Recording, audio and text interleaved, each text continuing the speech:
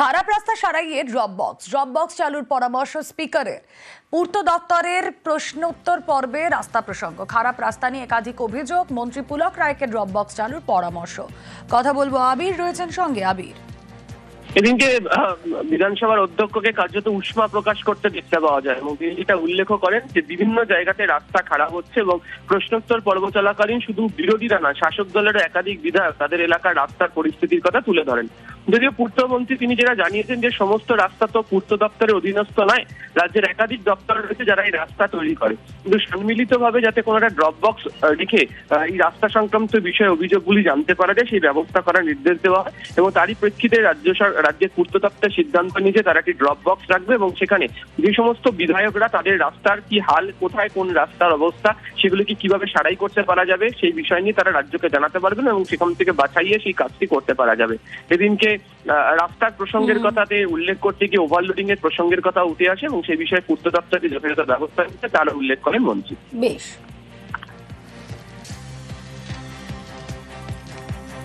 বিধানসভায় বিজেপির ওয়াকআউট, শুভেন্দুর বিরুদ্ধে স্বাধিকার প্রস্তাবের প্রতিবাদ। এসআরডিএ চেয়ারম্যান বদল নিয়ে প্রস্তাব, এসআরডিএ চেয়ারম্যান অনুব্রতর অপসারণ দাবি। বিধানসভায় প্রস্তাব পেশ বিজেপির প্রস্তাব খারিজ স্পিকারের। প্রতিবাদে বিধানসভা থেকে ওয়াকআউট। শুভেন্দু বাবু, শুভেন্দুদা বাইরে কি বলেছে সেই নিয়ে কি করে প্রিভিলেজ মোশন আনা যায়? গতকাল বিধানসভার অভ্যন্তরে বিরোধী দলনেতা মুখ্যমন্ত্রীর ন্যায় আচরণ করেছেন। তিনি সংযত, সংবেদনশীল থেকে ভারতীয় সেনাবাহিনীর প্রশংসা করেছে। মাননীয় বিরোধী দলনেতা তার সংযত বক্তব্য রাখা সত্ত্বেও মাননীয় স্পিকার সাহেব প্রিভিলেজ আনা হলো, 8 বার সাসপেন্ড করা হয়েছে। আমরা তার প্রতিবাদ করে কথা বলতে চেয়েছিলাম, মাননীয় স্পিকার আমাদেরকে কথা বলতে দেয়নি, আমরা তার প্রতিবাদ জানিয়েছি। কোনো জায়গায় মাননীয় মুখ্যমন্ত্রী কখনো শত্রু দেশ অর্থাৎ এখানে পাকিস্তান তার পক্ষে কোনো কথা বলেননি। এমন কোনো অভিযোগ বিরোধী পক্ষরা যখন তারা বক্তব্য রাখছিল তখন তারাও কিন্তু এই অভিযোগ তোলেনি। আমরা অবাক হয়ে দেখলাম যে বিরোধী দলনেতা বাইরে বেরিয়ে প্রেসের কাছে বললেন পাকিস্তানের হয়ে ব্যাক করছে, পাকিস্তানের পক্ষে কথা বলেছে। সুতরাং এই যে অসত্য কথা বলা এবং এই মানুষকে বিভ্রান্ত করা, এগুলো কিন্তু চলতে পারে না। এর জন্য তার বিরুদ্ধে একটা প্রিভিলেজ আনা হয়েছে। রোদ আছে আকাশে, তবে তার সঙ্গে মেঘও আছে। তো এই মেঘ থেকে প্রাক বর্ষার বৃষ্টি, ভিজবে দক্ষিণবঙ্গ, মিলবে স্বস্তি। বিশ্বজিৎ রয়েছেন আমার সঙ্গে সরাসরি। হাওয়া অফিস কি বলছে বিশ্বজিৎ?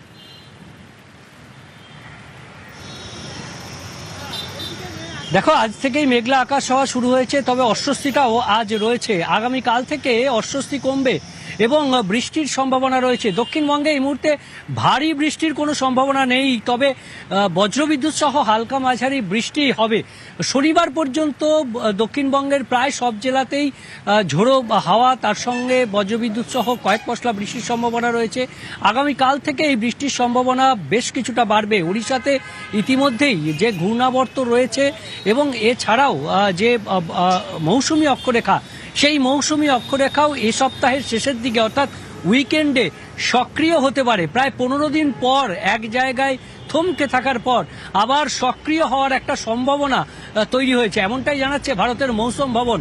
তাই পূর্ব ভারতের কিছু রাজ্যে এই সপ্তাহের শেষের দিকে অথবা আগামী সপ্তাহের শুরুর দিকে ঢুকে পড়তে পারে মৌসুমী বায়ু, এমন একটা সম্ভাবনা তৈরি হচ্ছে।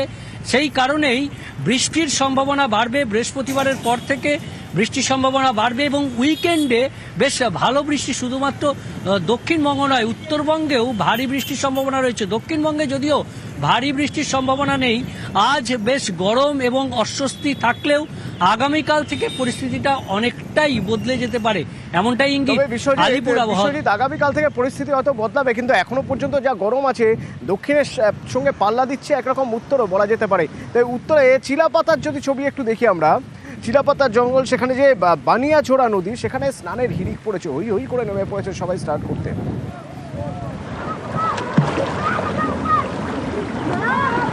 দুপুরের দিকে সর্বোচ্চ তাপমাত্রা আলিপুরদুয়ারে 36-37 ডিগ্রি হয়ে যাচ্ছে। এই গরম থেকে বাঁচতে নদীতে স্নানের ভিড়।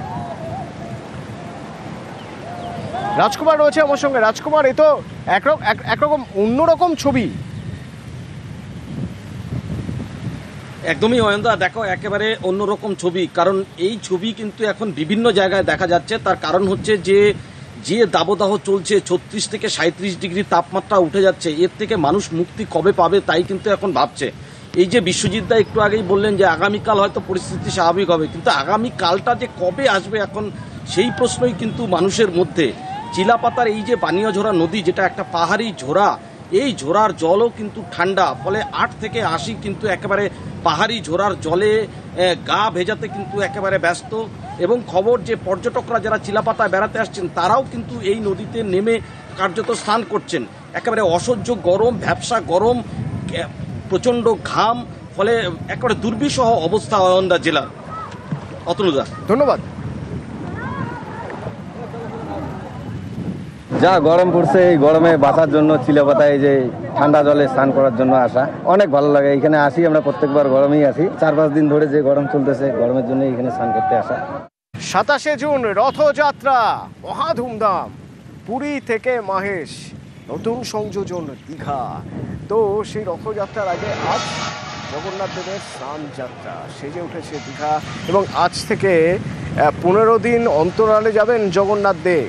সেই রথযাত্রার আগের দিন মন্দির খুলবে। তো আজই স্নান যাত্রা, পুরী রীতিনীতি মেনে যে স্নান যাত্রা, সেই স্নান যাত্রা কেমন ধুমধাম হচ্ছে একটু জানি। পঙ্কজ হোসেন এখান থেকে আমার সঙ্গে। পঙ্কজ,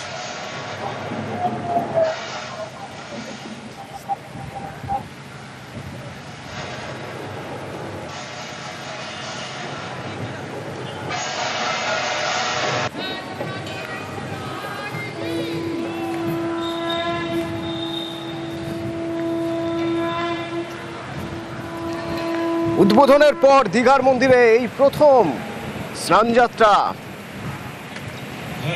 জগন্নাথ, বলরাম, সুভদ্রার এই স্নানযাত্রা, যেখানে দীঘায় 108টি তীর্থক্ষেত্রের জল নিয়ে আসা হয়েছে। এই প্রথমবার স্নানযাত্রা। তার আগে আম এবং বাড়ি থেকে বাড়ির আম কাঁঠাল পাঠিয়েছেন মমতা বন্দ্যোপাধ্যায়। সেই আম কাঁঠাল ভোগে দেওয়া হবে। তো মহা ধুমধাম সেখানে এই স্নানযাত্রা কেমন হচ্ছে আমার সঙ্গে পঙ্কজ রয়েছে, বলতে পারবেন পঙ্কজ?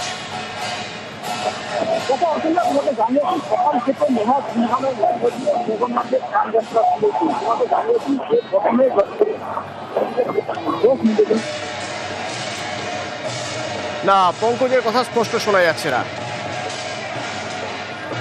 স্পষ্ট শুনতে পাচ্ছি না আমরা পঙ্কজের কথা। 108টি তীর্থক্ষেত্র থেকে জল আসবে, জল নিয়ে আসা হয়েছে, সেই জলে চন্দন মেশানো হবে, তারপরে স্নান করানো হবে জগন্নাথ দেবকে, এবং আজ থেকে 15 দিনের জন্য তারা যাবেন অন্তরালে। এরপর আবার সেই রথযাত্রার আগের দিন দেখা মিলবে জগন্নাথ দেবের। স্নান যাত্রার অলরেডি ফেস্টিভ্যাল শুরু হয়ে গেছে। ভগবান এক এক করে উনি বার হচ্ছেন, বৃষ্টিও শুরু হয়ে গেছে। আমরা জানি কি ভগবানকে আজকে চান করানো হয়, আজকে ভগবানের জন্মদিন। দেখুন, প্রকৃতিও ভগবানকে চান করানোর জন্য উৎসুক রয়েছে। খুব সকাল থেকেই বৃষ্টি শুরু হয়ে গেছে। ভগবান যখন মঞ্চে, আমরা বাইরে মাঠে আমরা স্নান বেদি করেছি। আমরা জানি কি আজকের পরে ভগবানের দর্শন বন্ধ হয়ে যায়, উনি অসুস্থ হয়ে পড়েন। তারপরে আবার ঠিক রথের ঠিক 27 তারিখের একদিন আগে 26 তারিখে ভগবান দর্শন দেবেন। আবার 27 তারিখে রথে বসে 3 জন ভাই বোন মাসি বাড়ি যাবেন।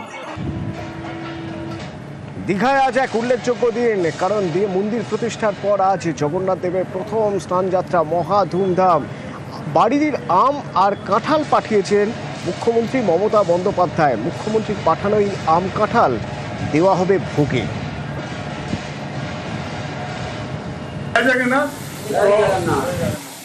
আজকে মাননীয় মুখ্যমন্ত্রী উনি জগন্নাথের জন্য নিজের গাছ থেকে কাঁঠাল পাঠিয়েছেন, আম পাঠিয়েছেন, গাছ পাকা আম আর মিষ্টি অনেক কিছু পাঠিয়েছেন।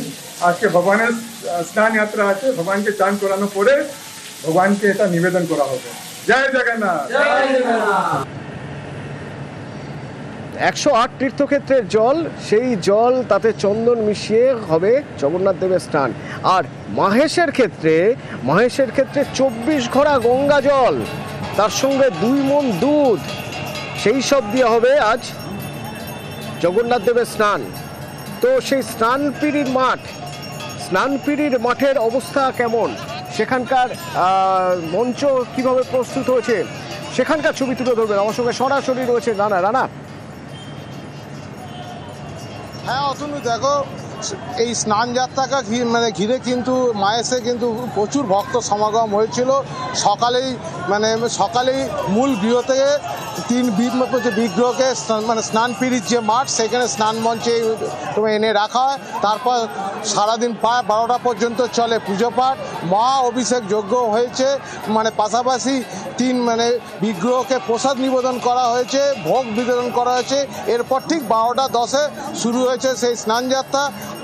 28 গড়া গঙ্গা জল ও 2 মণ দুধ দিয়ে সেই তিন বিগ্রহকে স্নান করানো হয়, যা দেখতে বহু ভক্ত কিন্তু এই স্নানপিড়ির মাঠে তারা উপস্থিত হয়েছিল। যেহেতু বলা যেতে পারে যে এই স্নান যাত্রা থেকে কিন্তু শুরু রথের প্রস্তুতি। রথের প্রস্তুতি শুরু, অপেক্ষা এবার রথযাত্রার।